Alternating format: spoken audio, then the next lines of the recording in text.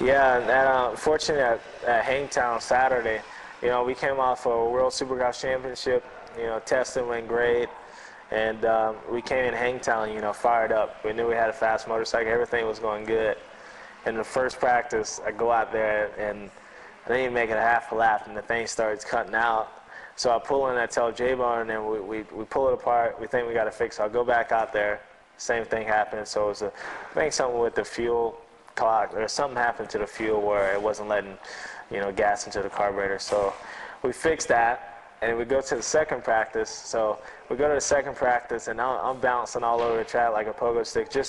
We prepare for a Hangtown, like normal Hangtown, and they went and changed the track. So we had to set up, it was kind of off a little bit. So I crashed a couple times in Saturday practice. I didn't even put in one full lap in the whole Saturday. So pull off, we make a bunch of changes, that night. And we had a better setup Sunday.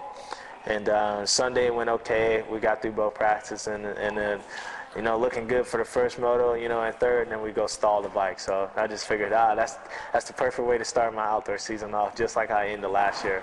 So we turned it around. We turned it to a positive. So we ended up winning. So that was the best thing.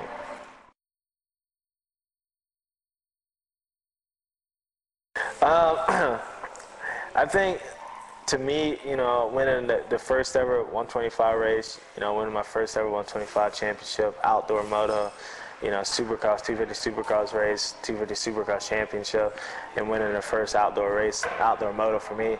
I think the one that really sticks with me is probably my first ever 125 win, just because, to me, that separated me from being a good amateur rider to now, okay, he can race pro.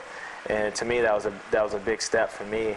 And so I would have to say the first ever 125 race was my favorite one for sure.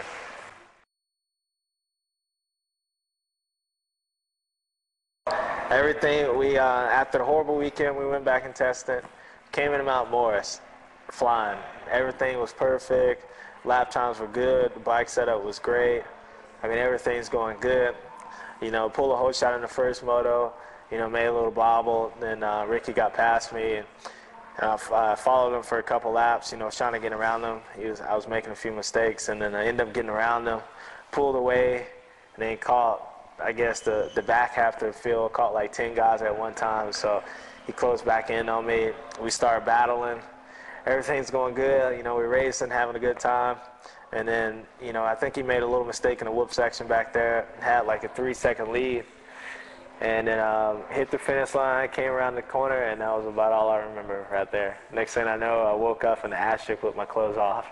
So that was it, man. I watched it 1,000 times already. I mean, it's a simple mistake. Just came around that corner and slid, and I mean, it was nothing I could do. I thought about, what if I would have let off? I would have crashed anyway. So the best thing I could do is what I tried to do, is just keep on the gas, and it was over. I didn't even think it was that bad. I never even tried jumping off until the end, because I didn't think I was going to crash. And then, like I said, I woke up in the ash strip. That was the first thing I remember, is waking up and asking who all these people are. How did I get here, and who are these people? So it was pretty bad.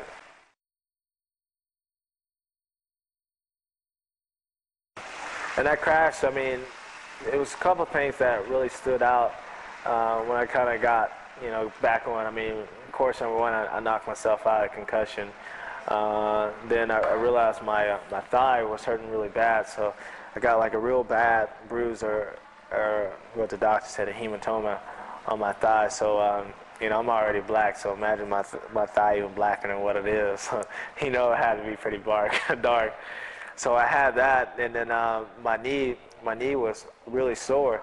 And I went to the hospital, and the doctor said, the knee was really swollen up, and he was just like, I'll give it a couple days, and the swelling would go down. So the swelling was going down, but my knee felt the same. And so last Sunday, I tried to ride a little bit, and I couldn't. So we went back and got an MRI, and to come find out, I got a really bad bone bruise on my knee. So anytime I straighten my knee out, it's like really painful. So I couldn't ride Sunday, so we went and figured that out. So pretty much the only thing is my thigh is still hurting, and my knee is still pretty bad. So try to give it all I can this weekend and see what I can do. I just look at every day, for me to be able to do something I love is just a blessing. And I was just telling David last weekend after I got hurt, I was like, man, I could be driving a water truck or working in the orange groves or doing something like that for a living. I mean, to be able to do the thing I do the most and love to do it, to be able to afford a nice house, to be able to afford cars and have a good time at it. I mean, I'm blessed. So, I mean, how much bad luck can a guy have?